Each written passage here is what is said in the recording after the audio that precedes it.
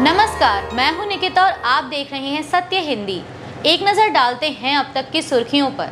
भारतीय चुनाव आयोग ने गुरुवार को 6 राज्यों उत्तर प्रदेश, तमिलनाडु, गुजरात, मध्य प्रदेश, छत्तीसगढ़ और अंडमान निकोबार में स्पेशल इंटेंसिव रिवीजन यानी SIR की तारीखों में बदलाव की घोषणा की। नए टाइम टेबल के अनुसार तमिलनाडु और गुजरात में SIR पुनरीक्षण की अंतिम तिथि 14 दिसंबर 2025 और ड्राफ्ट रोल का प्रकाशन 19 दिसंबर को होगा। मध्य प्रदेश, छत्तीसगढ़ और अंडमान निकोबार में रिवीजन 18 दिसंबर तक जारी रहेगा और ड्राफ्ट रोल 23 दिसंबर को जारी की जाएगी। उत्तर प्रदेश में SIR की समय सीमा बढ़ाकर 26 दिसंबर कर दी गई है और सूची 31 दिसंबर को प्रकाशित होगी। आयोग ने बताया कि गोवा, लक्षद्वीप, राजस्थान और पश्चिम बंगाल में गिनती 11 दिसंबर को समाप्त होगी और ड्राफ्ट रोल 16 दिसंबर को जारी किए जाएंगे। वहीं केरल में शेड्यूल पहले ही बदला जा चुका है, जहां पुनरीक्षण 18 दिसंबर तक चलेगा और सूची 23 दिसंबर को जारी की जाएगी। इलेक्शन कमीशन ऑफ इंडिया ने नए वोटरों से अनुरोध किया है कि वे डिक्लेरेशन के साथ फॉर्म 6 भरकर BLO को जमा कराएं या ECI नेट ऐप या वेबसाइट का उपयोग करें ताकि फरवरी 2026 में प्रकाशित होने वाली अंतिम मतदाता सूची में उनका नाम शामिल हो सके। पश्चिम बंगाल की मुख्यमंत्री ममता बनर्जी ने गुरुवार को चुनाव आयोग के स्पेशल इंटेंसिव रिवीजन यानी SIR पर तीखा हमला बोलते हुए कहा कि अगर एक भी योग्य वोटर का नाम लिस्ट से हटाया गया तो वह धरने पर बैठेंगी। कृष्णा नगर में रैली के दौरान उन्होंने दावा किया कि उन्होंने अभी तक अपना एन्यूमरेशन फॉर्म नहीं भरा है और सवाल किया कि क्या मुझे दंगाइयों की पार्टी के लिए अपनी नागरिकता साबित करनी होगी। ममता ने आरोप लगाया कि election commission of India SIR सुनवाई के लिए दिल्ली से BJP इच्छुक अधिकारियों को भेज रहा है और गृह मंत्री अमित शाह सभी बंगालियों को बांग्लादेशी साबित करने की कोशिश कर सकते हैं। गौरतलब है कि बिहार में वोटर लिस्ट अपडेट के बाद SIR का दूसरा चरण 12 राज्यों में चल रहा है, जिसका TMC ने लगातार विरोध किया है। इसी बीच इलेक्शन कमीशन ऑफ इंडिया ने पश्चिम बंगाल में SIR की टाइमलाइन बढ़ाकर अंतिम प्रकाशन की तारीख 14 फरवरी 2026 कर दी है। ममता ने 2026 के विधानसभा चुनावों से पहले SIR को राजनीतिक हथियार बताया और कहा कि राज्य में कोई डिटेंशन कैंप नहीं बनने दिया जाएगा। लोकसभा में बुधवार को विपक्ष के नेता राहुल गांधी और गृह मंत्री अमित शाह के बीच SIR और वोट चोरी को लेकर तीखी बहस के बाद गुरुवार को राजनीतिक टकराव और बढ़ गया। संसद के बाहर राहुल गांधी ने आरोप लगाया कि अमित शाह जी कल संसद में बड़े नर्वस थे, उनके हाथ कांप रहे थे, वे मानसिक दबाव में हैं। यह कल संसद में दिखा। उन्होंने गलत भाषा का इस्तेमाल किया और मेरे वोट चोरी संबंधी सवालों व प्रेस कॉन्फ्रेंस पर बहस की चुनौती का कोई जवाब नहीं मिला। वहीं कांग्रेस सांसद गौरव गोगोई ने दावा किया कि शाह स्क्रिप्ट पढ़ रहे थे और विपक्ष द्वारा उठाए गए मुद्दों, मतदाता सूची, EVM की पारदर्शिता और चुनाव आयोग पर जवाब नहीं दिया। कांग्रेस नेता सुप्रिया श्रीनेत ने कहा कि शाह का भाषण व्हाट्सएप यूनिवर्सिटी जैसा था और घुसपैठ का मुद्दा गृह मंत्रालय की विफलता दर्शाता है। प्रियंका गांधी ने भी इसे घबराया और रक्षात्मक जवाब बताया और कहा कि वोट चोरी देशद्रोह है।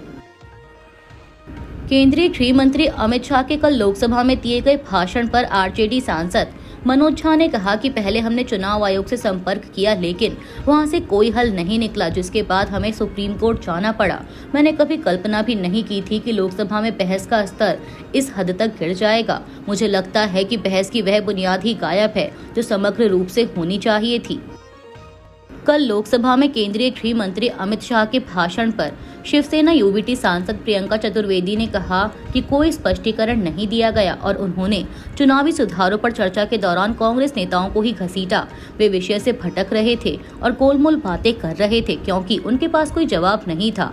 उन्होंने कई असंसदीय शब्दों का प्रयोग किया, जिससे स्पष्ट होता है कि चुनावी सुधारों पर उनके पास कोई जवाब नहीं था। प्रधानमंत्री नरेंद्र मोदी ने लोकसभा में गृह मंत्री अमित शाह के भाषण की जमकर तारीफ की। PM मोदी ने कहा कि अमित शाह ने चुनाव प्रक्रिया को लेकर विपक्ष के झूठ पूरी तरह बेनकाब कर दिए। प्रधानमंत्री ने शाह के 90 मिनट लंबे भाषण को बेहतरीन और उत्कृष्ट बताया। यह भाषण चुनावी सुधारों पर चल रही बहस के दौरान दिया गया था, जिसमें विपक्ष और सरकार के बीच लगातार टकराव देखने को मिल रहा है। मोदी ने कहा कि शाह ने तथ्यों के साथ जवाब दिया और पूरे मुद्दे को स्पष्ट किया।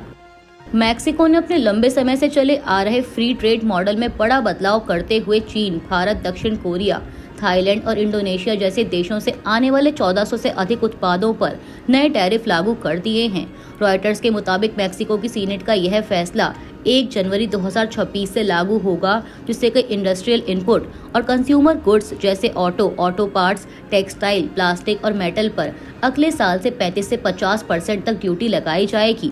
यह कदम मेक्सिको की दूसरी सबसे बड़ी अर्थव्यवस्था के लिए राजस्व बढ़ाने, लगभग 19,000 करोड़ और घरेलू उद्योगों की रक्षा के उद्देश्य से उठाया गया है। लेकिन विश्लेषकों का मानना है कि यह रुख अमेरिकी दबाव और अगले साल होने वाले USMCA रिव्यू से भी जुड़ा है। भारत के लिए यह फैसला खास तौर पर महत्वपूर्ण है, क्योंकि भारतीय कंपनियां मैक्सिको को नॉर्थ अमेरिकन सप्लाई चेन में एंट्री पॉइंट की तरह इस्तेमाल करती रही हैं।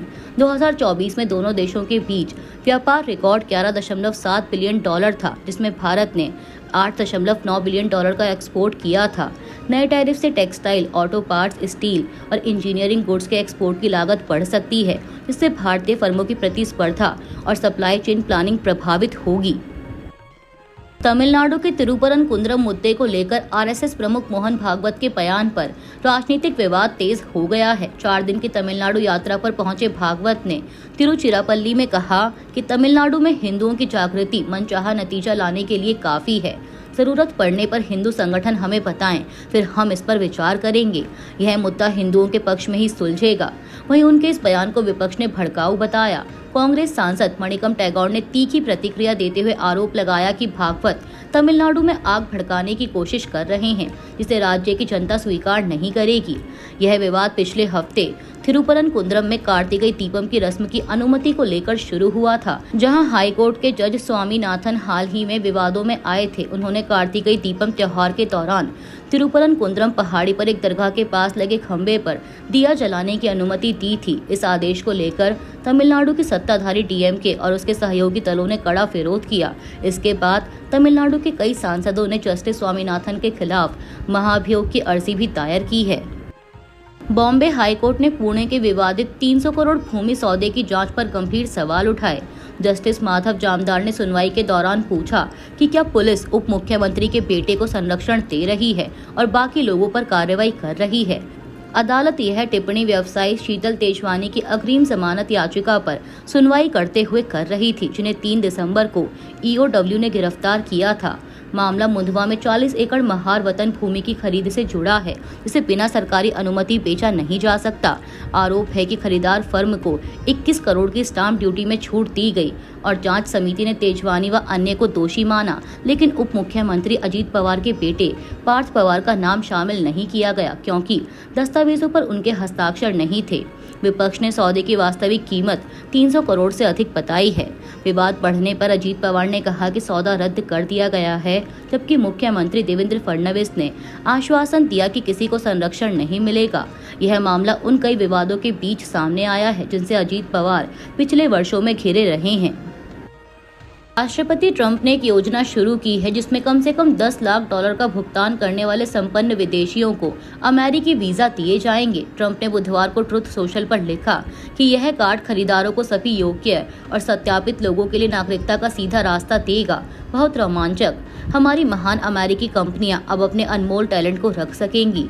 ट्रंप गोल्ड कार्ड की घोषणा इसी साल की शुरुआत में की गई थी। आधिकारिक वेबसाइट के अनुसार यह एक अमेरिकी वीजा है जो उन लोगों को दिया जाता है जो यह साबित कर सके कि वे देश को महत्वपूर्ण लाभ देंगे। यह ऐसे समय में आया है जब वॉशिंगटन अपनी इमिग्रेशन सख्ती बढ़ा रहा है, जिसमें वर्क वीजा फीस बढ़ाना और बिना दस्तावेज वाले प्रवासियों को निर्वासित करना शामिल है। गोल्ड कार्ड योजना रिकॉर्ड समय में अमेरिकी नागरिकता देने का वादा करती है और इसके लिए $10 लाख की फीस देनी होगी। कर्मचारियों को स्पॉन्सर करने वाले बिजनेस को $20 लाख के साथ अतिरिक्त फीस भी देनी होगी।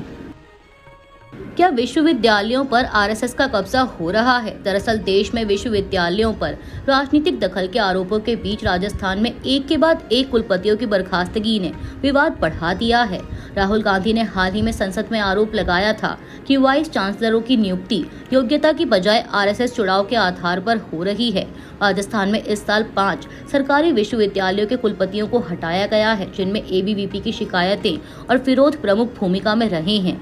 जयपुर के श्री करण नरेंद्र कृषि विश्वविद्यालय के कुलपति डॉक्टर बलराज सिंह का निलंबन, बीकानेर के डॉक्टर अरुण कुमार की बर्खास्तगी, जोधपुर के प्रोफेसर केएल श्रीवास्तव का सेवानिवृत्ति से 4 दिन पहले निलंबन और भरतपुर के रमेश चंद्र को हटाया गया। सभी मामलों में वित्तीय अनियमितताओं, पद के दुरुपयोग और नियमों के उल्लंघन के आरोप लगे हैं। कई कुलपतियों ने आरोप लगाया कि यह आरएसएस एबीवीपी के दबाव और बाहरी कुलपतियों को हटाने की सुनियोजित कार्रवाई है, जबकि एबीवीपी ने कहा कि उनकी भूमिका सिर्फ अनियमितताओं को उजागर करने तक सीमित है। वहीं उदयपुर की कुलपति सुनीता मिश्रा ने औरंगजेब पर टिप्पणी के बाद विरोध के चलते इस्तीफा दिया। इन घटनाओं ने राज्य की उच्च शिक्षा व्यवस्था में राजनीतिक प्रभाव, छात्र संगठनों की बढ़ती ताकत और कुलपति नियुक्तियों की पारदर्शिता पर नई बहस छेड़ दी है। केंद्र सरकार ने संसद में कहा है कि वायु प्रदूषण के कारण सीधे तौर पर कोई मौत दर्ज नहीं हुई है, क्योंकि प्रदूषण और मृत्यु के बीच संबंध साबित करने वाला निर्णायक राष्ट्रीय डेटा उपलब्ध नहीं है। सरकार का यह दावा उस समय आया है जब दिल्ली, एनसीआर सहित कई भारतीय शहर खतरनाक स्तर की हवा से जूझ रहे हैं और साफ हवा की मांग को लेकर विरोध तेज है। वहीं इसके विपरीत लैंसेट प्लेनेटरी हेल्थ की एक रिपोर्ट बताती है कि WHO मानकों की तुलना में भारत में प्रदूषित हवा के लगातार संपर्क से हर साल लगभग 15 लाख अतिरिक्त मौतें होती हैं, जिनमें PM 2.5 प्रमुख भूमिका निभाता है। राज्यसभा में मंत्री प्रकाश राव जाधव ने स्वीकार किया कि प्रदूषण श्वसन रोगों का बड़ा कारण है, लेकिन प्रत्यक्ष मृत्यु डेटा की कमी दोहराई। ग्लोबल बर्डन ऑफ डिसीज 2023 के अनुसार दिल्ली में हुई 15% मौतों के लिए जहरीली हवा जिम्मेदार थी और इसी बीच फार्मा ट्रैक रिपोर्ट के अनुसार नवंबर में प्रदूषण बढ़ने से अस्थमा, COPD दवाओं की बिक्री 3 साल के उच्चतम स्तर पर पहुंच गई। अभी के लिए इतना ही। बाकी की देश दुनिया की बड़ी खबरों के लिए जुड़े रहिए सत्य हिंदी के साथ।